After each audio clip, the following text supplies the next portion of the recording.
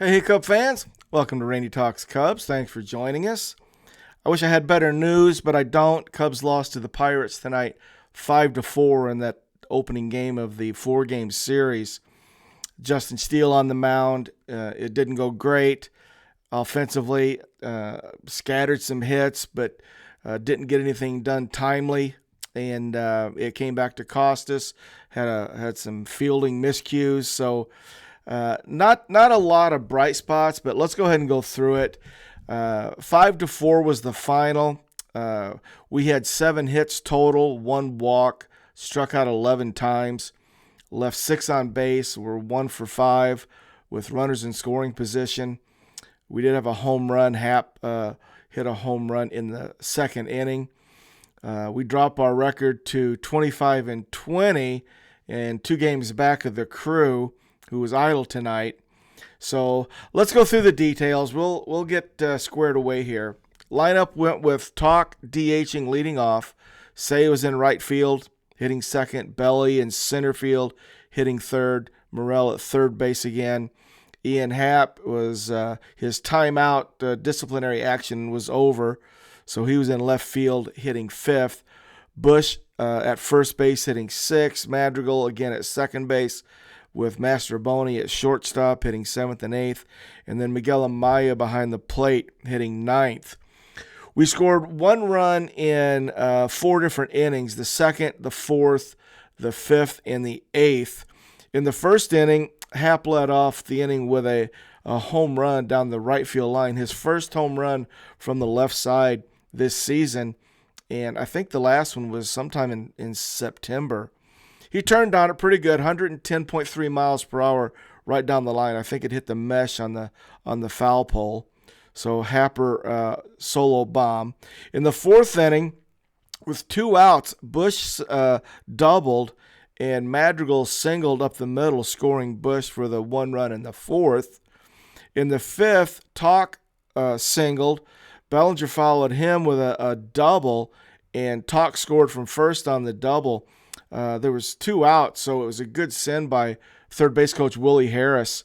A perfect throw gets Talk, but we took the chance and they didn't make a perfect throw, so Talk scores. Good send by Willie Harris. I actually wrote down in my notes, good send by Willie Harris. I like Willie. You guys like Willie? We don't talk much about Willie, but I really enjoy how he does his job at third. In the 8th inning, this is the one that I'm still a little raw on. We should have done more work here. So entering the 8th inning, we're down 5-3. We need to go. Seiya opens by getting hit by a pitch, hit him right on the left tricep, but it looked like it hit him flush on his guard.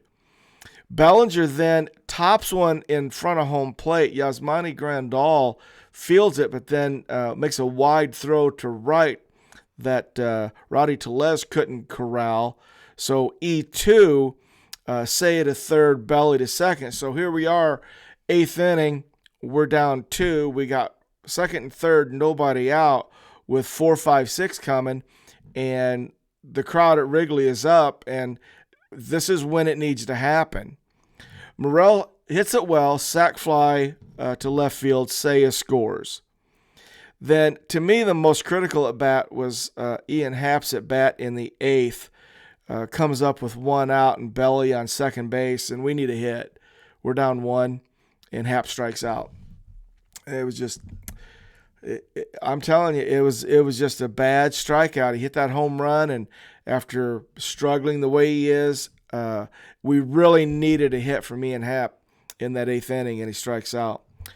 Bush keeps it alive with a walk, so now we got 2 runners on with Madrigal, and he just grounds out 4-3. So I wasn't really surprised about that. But the Hap strikeout is like, okay, Ian, this is it. It's time, and it didn't happen. So that's the disappointment in the 8th inning. Let's go walk through everybody's numbers, get you guys up to date. Tauchman went 1 for 5, struck out a couple of times, scored a run. Seiya went 1 for 3, was hit by a pitch, scored a run. Belly was 1 for 4 with that RBI double in the 5th. Christopher Morel was 0 for 3 tonight. Strikeout, had the sac fly, so 1 RBI. Ian Happ, after the home run, he went 0 for 3 with that strikeout in the 8th. Michael Busch went 1 for 3 with a walk, scored a run. Madrigal went 1 for 4, had that RBI single in the 4th inning. Mastroboni went 1 for 4, had a line drive single in the 2nd, flew out to center, to right, and ground out to second base. And Miguel Amaya, he goes 0 for 3, gets pulled in the 9th for Patrick Wisdom. Patrick came in and pinch hit in the 9th, struck out looking. Couple of tough pitches got Wizzy off, so it was a tough assignment. But Miguel Amaya is hitting 182, and I can't even look. I don't know what Jan is hitting, but I've been talking about the fact we're not getting anything out of the catcher position. It's surprising. I didn't expect this. I didn't expect Yan Gomes to do what he did last year, but I thought he would do 250, and I really thought Amaya was going to hit 250, 260, and they're both well under 200, and we're just getting nothing offensively from behind the plate, and that's a problem. At some point, that's gonna turn into a major problem, but it really shows up now when we're playing depleted now anyway. So that's an issue, but that's where we are. 7 hits total, 1 walk, 11 strikeouts, 6 left on base tonight, 1 for 5 with runners in scoring position, and 5-4 is the final. So let's talk about Justin Steele's outing. Justin pitched against these Pirates less than a week ago on May 11th, and just to remind you, he goes 4 innings in that outing, gives up 6 hits, 6 earned runs, 2 walks, 3 Ks, but he gives up 3 home runs. So the Pirates have now hit 5 home runs off Justin Steele in their last 2 games against him. So on May 11th, he gives up 3, and those 3 were all on 0-2 pitches. So tonight what happened is he was better, a little better, in that he had 7 strikeouts. So it was, for Justin, it was either he struck him out or they sort of hit it hard. Those 6 hits, I think they were all well struck. He gave up a lot of solid contact tonight. So a lot of solid contact. He does give up 2 home runs.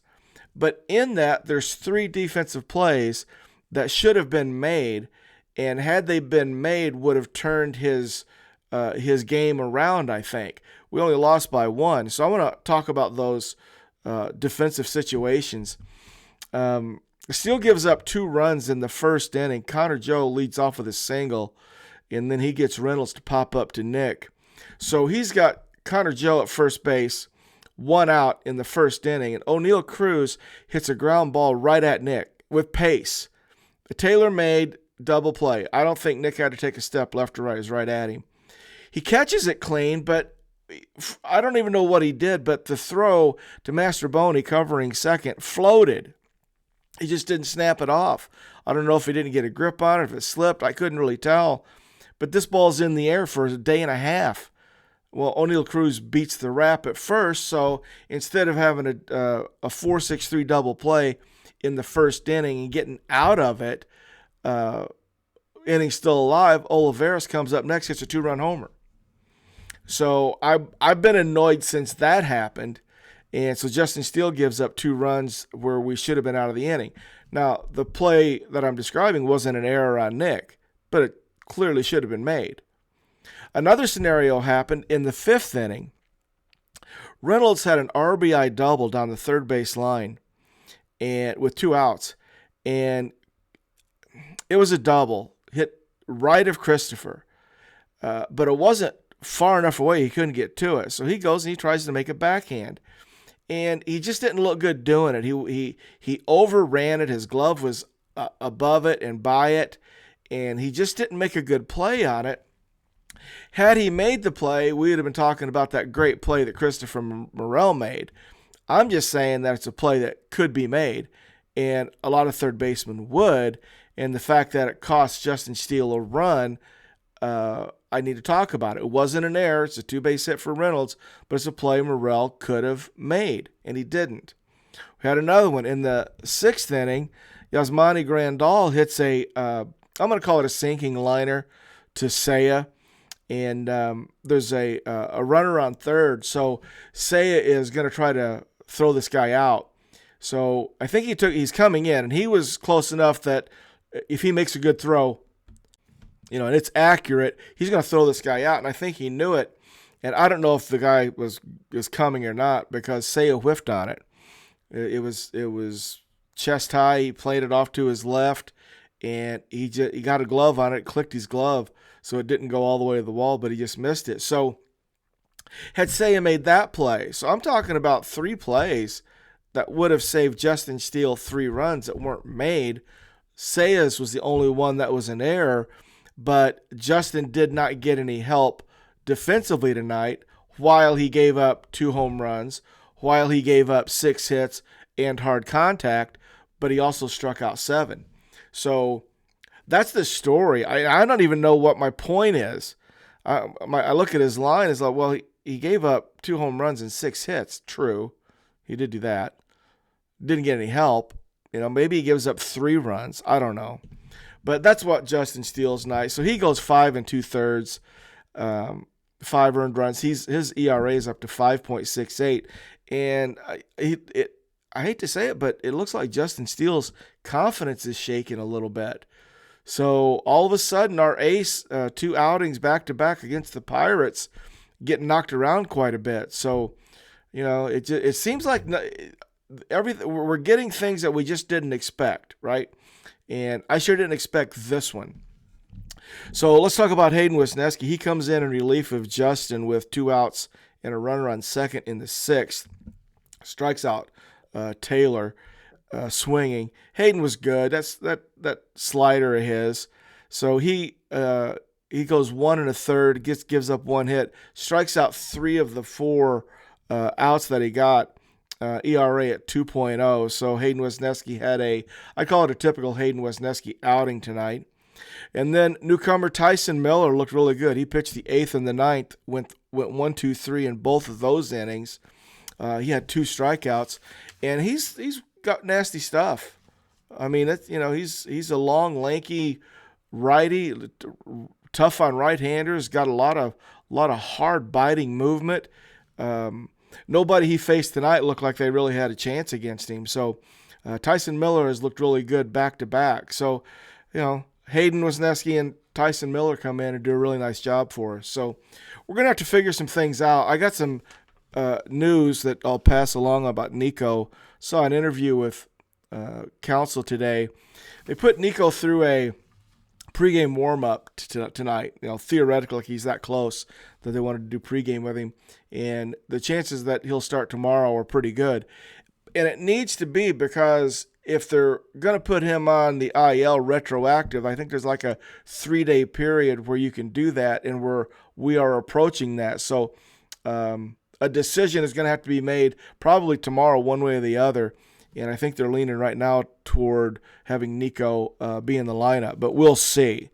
I guess it'll just be determined how he feels. Another thing I saw relating to PCA's triple that he had yesterday that I thought was interesting, they time the StatCasts are everywhere, so they time everything and measure everything.